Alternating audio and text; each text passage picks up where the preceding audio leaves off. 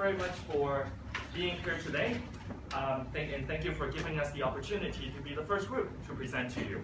Now, my name is Sean Lee. This is my partner, Quinton and Patsy. And we're here to represent embedded technology, where we're aiming to be the building block for the digital world. Everyone feels very excited about the digital world, right? Now, one of the things that that we're always thinking about is you guys are investors. You're spending your Saturday morning here because you want to spot a good deal. Now, we have a technology that is revolutionary. It is in a high growth market, and it has a potential to return 10 times investment in 3 years. Now, we'll explain to you how we come to that point, but before I tell you about this little product, it's so small that you probably can't even see it. So before I tell you more about this, let me ask you a few questions first. Do you use any of these? Email, cloud computing stuff, right? Everybody uses this. Did you know that KPMG estimates that by 2020, cloud computing is contributing roughly almost $200 billion US business. This is a very high growth market. Now, when you use these cloud services, do you ever think about what's actually sitting behind it? Right? The data growth continues to grow, and this is a really, really fast-growing market, and it requires a lot of computing power behind it. Let me talk about digital video, right? Yet another high-growth market. You can see a lot of these services that are very, very popular. If you go to the subway stations today, half of the people are probably watching some sort of show, and lately they're all watching this Mozart TV, right? Everybody's kind of watching that. Did you also know that Ericsson, one of the largest telecommunication infrastructure provider in the world, estimates that roughly 45% of all mobile data this year is already increasing, is being generated by digital video today. What about games? Right? What about games? Half of the people are watching video on the subway today, half of them are playing games, right? The gaming industry is exploding. We're next door in Shenzhen to a very, very big company called Tencent that is generating a lot of games. In fact, a lot of the people are actually playing this game, like Candy Crush, over the last 2-3 years now. And in fact, did you know the company that made Candy Crush is a company called King Digital, which we had the opportunity to visit in Sweden just last month. They generated $1 billion in revenue just from that one game alone. But all of these three industries have one thing in common. It generates a lot of data. You need a lot of processing power to process it. The user experience is very important because when you're playing the game, in the middle of it, if it dies, you're not going to have a good experience. You need a very, very strong data center solution to be able to support that. But the problem is, most data centers look like this. Now, I know this because I spent the last 20 years working in this environment. I am from this industry. Most of the problem is, these hardwares are not cheap. These are not cheap hardware. They're very expensive. At the same time, it generates a lot of heat. Any of you have walked into a data center before? Yeah, it's very cold, right, usually? Because they really have to crank up the AC. These machines generate a lot of heat, so you need to really cool them down, otherwise you're going to melt. It generates a lot of heat, that's why it's very energy consuming. So not only are the entry costs to go into this data center business is very high, at the same time to run it, it's even more expensive. Moreover, if you think about how these machines are, these are usually general purpose machines. What that means is they're used for any type of workload, whether it is digital or not. It is not easy to maintain as well. So even though some of those industries that I talked about, cloud, video, gaming, they are very, very high growth markets, the common theme behind them is they all need data centers, and they need many data centers, and the operational cost behind them is extremely expensive. So that comes to our product. So we're representing Embedded. Embedded has a very unique product, and I'm holding one right here. This is what they call a microserver. It's called microserver because it's tiny, right? It's very, very small. In fact, as you can see from that picture, it is roughly the size of 2 points. Roughly the size of 2 points. Each one of these have the processing power, the graphics capability, and the networking capability built right in. It is designed for energy saving. Why is that? Because the processor is so tiny, it doesn't generate that much heat. It really doesn't generate that much. Even if you have 10,000 of these, it is very, very different than one of those very big machines that you saw on the previous diagram in the data center. It is also designed for mobility. It is designed for video streaming. It is extremely reliable. I'm going to explain to you why some of these are. But you see this little logo over here, ARM? Have you heard about ARM before? Yeah, some of you may have, right? You probably heard about a tiny little company called Intel, right? Yeah? Intel is the dominant player in this market. ARM is also a dominant player. but you don't really hear about them, but all of you have a product that has an ARM component inside of it, because you all have mobile phones. And mobile devices usually are using this technology. This is a mature technology. This is not a new technology. It's been around. Every single one of you have one embedded inside your mobile phone today. So in actual fact, as you can see, the iPhone, the Samsung, Xiaomi, they're all using this technology. Now what's different is embedded is trying to take this technology and build it into the server. So instead of going after the consumer market, they're going after the enterprise market. The enterprise market is even bigger. It's 10 times, 100 times bigger. So that is what we're doing. Now, let me illustrate how microservers work. So we all know Lego, right? You guys have kids, right? You all know Legos. You guys are not very interactive. Is it because I'm the first presenter? Lego, right? So I brought a sample over here, right? So you don't know how Lego works, right? It's brick by brick. So if you, the great thing about Lego blocks is that you can build it into anything. You can build it into a police car, right? Hospital, whatever that you want it to be. The same way with microservers. Microservers are so tiny. In fact, if you think about it, it's almost exactly the same size, right? Almost exactly the same size. The way how microserver works is that you can build it into any workload you want. Now, obviously, you want to customize these, right? You want to customize the type of digital applications that you want to target. And that's why I talked to you earlier about cloud, video, and gaming, because those are the high growth industry that we are already targeting in this market. We already have customers talking to us about using these servers for those type of workloads. So as you can see, I also talked about reliability, right? So when I have hundreds of these, organized in a certain way, the great thing about this is when one of these goes bad, it's just like Lego blocks. This goes bad, I replace it with another one. The operation doesn't change. Whoever is playing the game, whoever is watching the video, it doesn't change. Everything just runs smoothly. The cost of these things is very low, thereby I can really just swap them any way they want. That is the advantage. That is a unique disadvantage, the unique advantage about this particular product. Competitive advantage, let me talk a little bit about that. So I talked about it, the fact that it's energy saving. In fact, these are stats that our customers are telling us. Obviously, we can test the technology and we can tell you what we're testing, but I think it's more credible if our customers are telling us that. What they're telling us is our technology used about one third less on the power consumption, 1/3. Think about the electrical bills. Think about all of those bills if you're operating a data center or if you're investing in a data center, think about that. It also requires, it's roughly about 1/4 less in terms of data center capacity, right? Think about real estate. Think about the size in which you need to build your building to house these capabilities. This, I told you before, it's also very, very, very cost efficient, right? This thing does not cost that much. It is not like one of those machines that, quite frankly, I've been spending the last 15 years selling, right? This is very, very different. As you can see, I'm very passionate about this because I know this industry. Now, let me tell you a little bit about the market, right? This is where the market is. Now, we're roughly around here, right? 2015. The market is actually not that big, right? Because ARM technology, while it's very mature and it's been sitting in the mobile, mobile space for some time, in the server market, it's actually relatively new. But this FBR report actually says that by 2018, 3 years from now, it's growing into a $12 billion market. 12 billion, that's a lot of zeros, right? And we are one of the few vendors that are actually playing in this game. One of the few. Now I'm going to tell you a little bit more about that in just a little bit, but let me tell you a little bit about the pricing model as well, right? Doesn't matter how good the technology is, if you don't have a unique pricing model, then you're going to look just like every other technology vendor out there.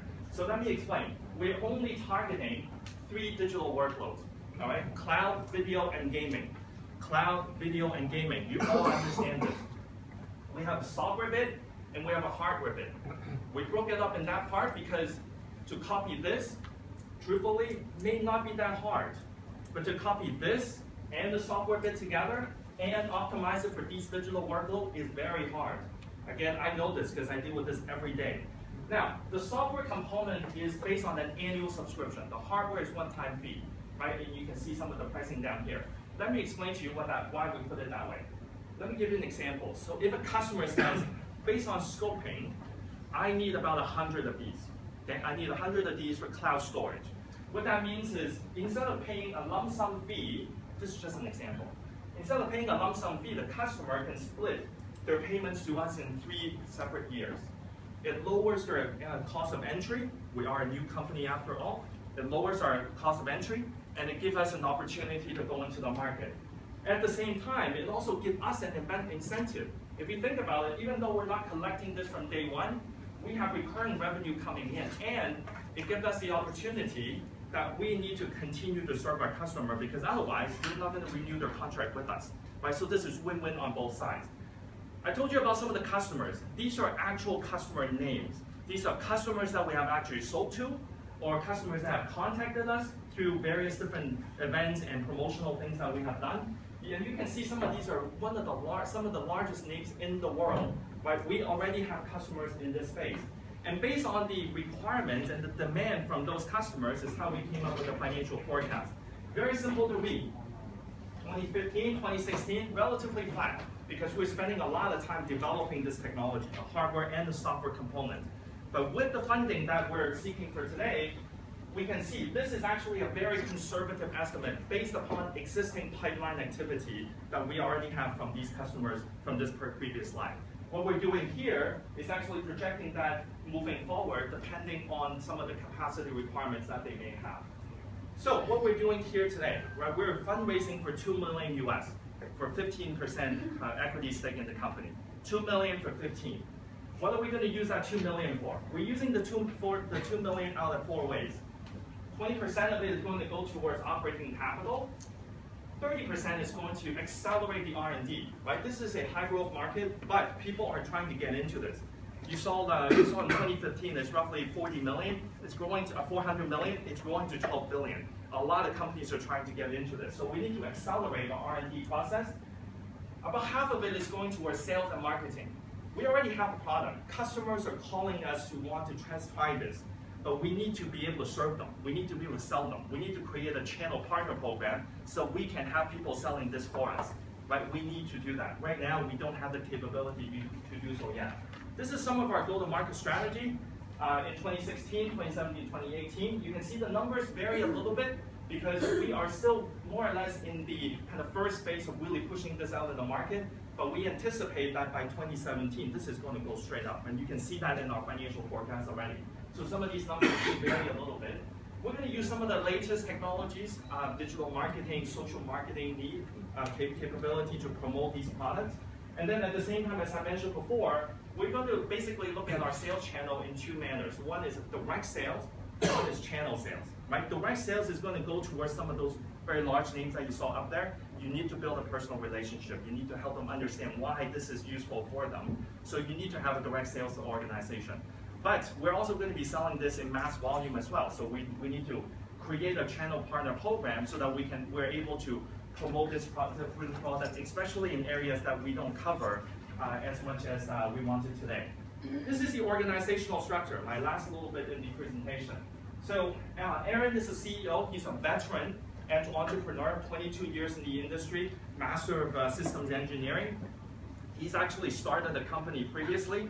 It's still existing in Taiwan. But last year, in 2013, he decided that this technology is so exciting that he wanted to start a new company revolving around this, right, in 2013. So we're only about 2 years old. Aaron is a very, very smart guy, very, very meticulous, very detailed, extremely responsive. So it's been a pleasure working with him. Shirley's the CEO. She's got a lot of experience in the financial services industry. She manages the operational side of the entire business. And Dominique is responsible for sales and marketing.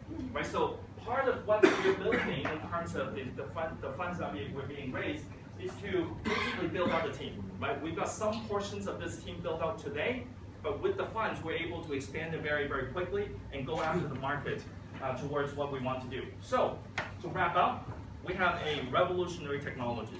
This is very interesting. When was the last time you've seen a server that is this small? Right? You don't see it very often. We also are in the high growth market. I told you about that already, but we already have high demand coming from our customers. High demand. Some of those logos you've seen before, Baidu, right? CCTV, PBTV, LED TV. These are customers that are already calling us.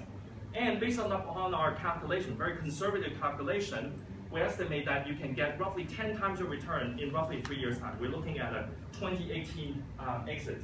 So with that, I'd like to thank you for your time, and we'll take any questions that you may have. now. Thank you.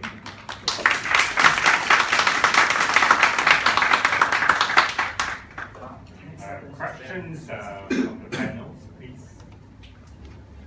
Yes, please. I knew you had a question because you were really thinking. Please. Could you explain more on your user scenario? For example, what does your product do provide you? Because in a typical server, I don't think server needs mobility because data is put there. You just need it has a very great computing power. So that's an excellent question. Excellent question. By mobility, I don't need moving this around. Right? You're already moving your mobile phone around, so I don't need that. What I mean is, for mobility workloads, applications, there's a lot of moving parts. You may be streaming that data from various different places. You may not even be in China. You might be anywhere in the world. So in order to support the data that are being processed towards the end consumer, which is on a mobile phone or a tablet, you need the server to have that capability. The streaming capability that attests to the mobility application is very important, and that's what we built into this thing. She's still a little confused, but I think this first question is more important. It's what is the user scenario? Yes. If I want to operate my own video business, yes. What it means is that I don't need to purchase a Cisco server, I just purchase this. Yes. And then how it works. So just purchase this one and then put the data center. So this is one component. You're not going to buy only one, right? Obviously, you're going to be buying hundreds, thousands, if not bigger, right? So when you buy these, it comes into a cabinet that looks like a very big fridge with a lot of blinking lights. But the difference between our fridge and a IBM, Cisco, or HP fridge is made out of small things like this. When something goes wrong, I replace the part, I put it back in. I have the software specifically tailored towards the mobility side of things, the video streaming side of things, and cloud computing storage. A lot of those vendors that I talked about, the IBM, the HP, the EMCs of the world, by the way, I work for EMC, they're meant for general purpose workloads. You can dump whatever the heck you want on them. We don't want to be in that market. We want to be very specific for those workloads. When you're streaming video, it is real time. It is bit by bit. It is very different than streaming a PowerPoint or a very large file. Very, very different. When you're looking at some of the workload for cloud storage, you don't know where the users are asking that information. You don't know whether they're viewing it on a mobile device or downloading the entire file. You got to think about those type of user experience. So you talk about the user side. This is not a consumer-based technology. This is what sits behind the consumer-based technology. But without this, your consumer-based technology is not going to work. Does that make sense? With this one, does the user still need a typical traditional server? No, this is the server. Just like the This is the server. Completely replace the traditional server. Yes. However, let me quantify this a little bit. It does not replace an existing server. When a company that are in those industries need to buy new servers, they don't need to buy the old technology anymore. You're not usually replacing, because these markets are growing so quick, you're not replacing old technology, you just need to add. So what we're talking to customers about is them adding with this technology instead of going back to IBM and HP and Dell and to buying the old technology that doesn't serve their need anymore. That's what we're talking about. I'm waiting for a question coming from a medical doctor. So how's the compatibility of the new server and the old server? Because you can never separate data as two parts. Yes. So are they fully compatible? Absolutely. So that is the reason. That's the reason why we have two components. If I'm just selling you a piece of hardware, you're going to be asking me how does it work together. If I'm selling you software, the software stitches it together. From an application perspective, if it's a file server or a cloud storage server or a video streaming application, it just sees the same thing. It doesn't see anything different. But behind the scene, I'm processing it much faster. That's the difference, and at a much less cost and energy saving. All of the fancy operational stuff that probably usually people don't care about as much, but when you run a business, it is very, very important. It customizes the software. Yes.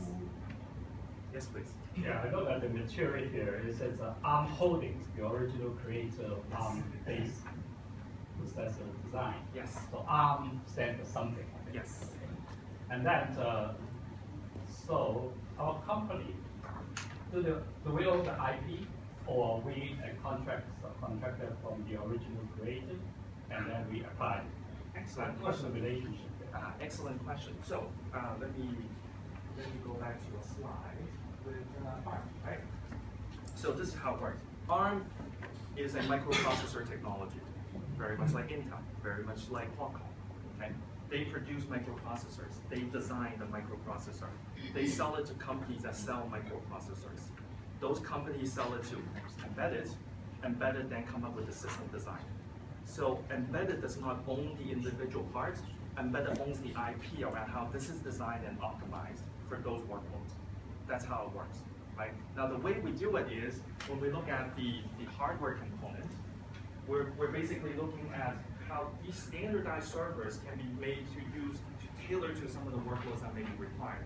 But the connectivity towards these digital applications is really where the value is going to lie. That is really where the value is going to continue to expand. Because quite frankly, I think Wilton has told us before, there are less investors interested in investing in the hardware-only company. There are more investors interested in investing in software companies. That's where we're putting a lot of the efforts, and that's where we're optimizing all of that. And when you have IP that are in these areas, as well as this area, the barrier of entry becomes much greater. So we're more as a software company. Absolutely. Applying all this. That's why this is annual, right? That's why this is an annual subscription. By the way, my company does the same thing, so I took the same model and put it in here, right? Annual subscription. So we are continuing to add new features. We're continuing to service the customer better. We're continuing to want them to renew our contract so we can continue to grow that way. Instead of a one-time purchase, then it's gone. So, do you have any real customer, and if that's the case, not a pipeline, but a real customer already? Yes. So what's the sales cycle of these customers, and for the current customers, what's the purpose of their I think there is a trial for this kind of product and service, probably half year, 1 year, or even longer. Yes. So I just want to understand what's the stage of Yeah, that's a good question. So let me use this one as an example. Everybody's interested in social media, right? So this is one of the oldest customers, one of the original customer in the company, and they've actually purchased the technology 3 times now. And they've told us precisely what pipeline they would need in 2016 and 2017, so we know exactly where it's coming from. This company, initially when we talked to them, we barely had a working product, seriously. It was a prototype, but they were so interested in ARM technology that they wanted to give this design a try. And they gave us actually a lot of feedback in terms of how they wanted to optimize it. They're in the cloud space, right? So what we've done is, through that process and through a couple of these other customers that you see down here, we've gone through that process. That's predominantly what we've done in 2014 and 2015. So it's a little bit hard to answer the sales cycle because that's not a real sales cycle, right? We were still developing the technology and building the company. But what we anticipate moving forward, based on the conversation that we've had with these big guys, is that the sales cycle will be significantly shorter because now we have the performance, now we have the benchmark. We know exactly what is meant to be. What we don't know is, obviously, companies like that and companies like that is very, very different, right? This is thousands, 10,000 times bigger and faster. So we're going to be able to anticipate for that workload, but we anticipate the sales cycle to be probably 3 to 6 months. But we're not talking about selling one of these. When we're done with that 6 months, we're telling tens of thousands, if not hundreds of thousands of these, because of the type of workload that they would require. Do you use flash memory? Yes. SSD? RAM. SSD is not fast enough. It's got to go RAM. Okay, I think good enough. We still have chance to understand more during the recess and buffet time. Okay. Thank you very much. Thank you. Thank you.